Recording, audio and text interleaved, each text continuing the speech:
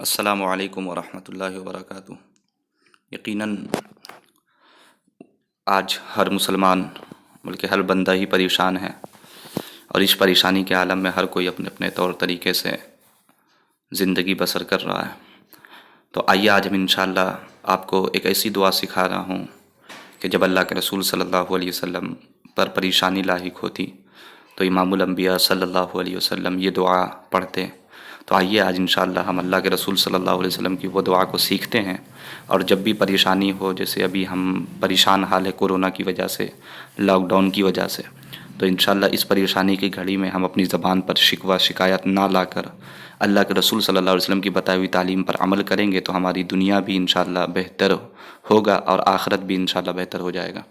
تو آئیے وہ دعا سیکھنے کی کوشش کرتے ہیں۔ پہلے اس کی فضیلت سنیں کہ رسول اللہ صلی اللہ علیہ وسلم کو جب کوئی غم یا پریشانی لاحق ہوتی تو اللہ کے رسول صلی اللہ علیہ وسلم یہ دعا، جو سنن الترمذی انس بن مالک رضی اللہ تعالیٰ عنہ سے یہ روایت ہے کہ اللہ کے رسول صلی اللہ علیہ وسلم کہتے ہیں، یا حی یا قیوم، یا حی یا قیوم برحمتک استغیث، برحمتک استغیث۔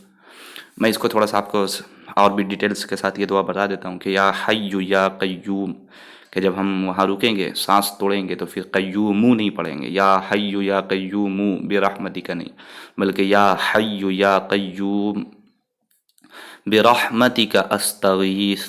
اب یہاں پر تھوڑا ہا نکالنا نہیں ہے بلکہ ہا، اسے تھوڑا کوشش کریں، یا حیو یا حیو۔ بہت سارے لوگ یا حیو یا حیو یا حیو کہتے ہیں، پھر کہ ہوتا کیا ہے کہ وظیفہ بھی کرتے ہیں، دعا بھی پڑھتے ہیں، لیکن وہ پریشانی دور نہیں ہوتی تو کہتے ہیں نہیں وظیفہ تو ہم نے کر کے دیکھا، لیکن اصل ہوتا یہ ہے کہ ہم اسے صحیح معنوں میں صحیح مخرج کے ساتھ پڑھتے نہیں ہیں۔ تو مخرج اگر صحیح نکال کر پڑھیں گے، آپ تلفظ کی ادائیگی کریں گے، مجھے امید ہے انشاءاللہ اللہ تبارک و تعالی ہم پہ اور آپ پر رحم و کرم فرمائے گا۔ تو پھر سمجھ لیجئے، یا حیو یا قیوم، بڑی قاف، قیوم برحمتک، برحمتک استغیث۔ اگر یہ ویڈیو آپ کو پسند آیا ہو تو آپ اسے شیئر کر دیں تاکہ دوسرے مسلمان تک یہ پہنچ جائے۔ السلام علیکم ورحمۃ اللہ۔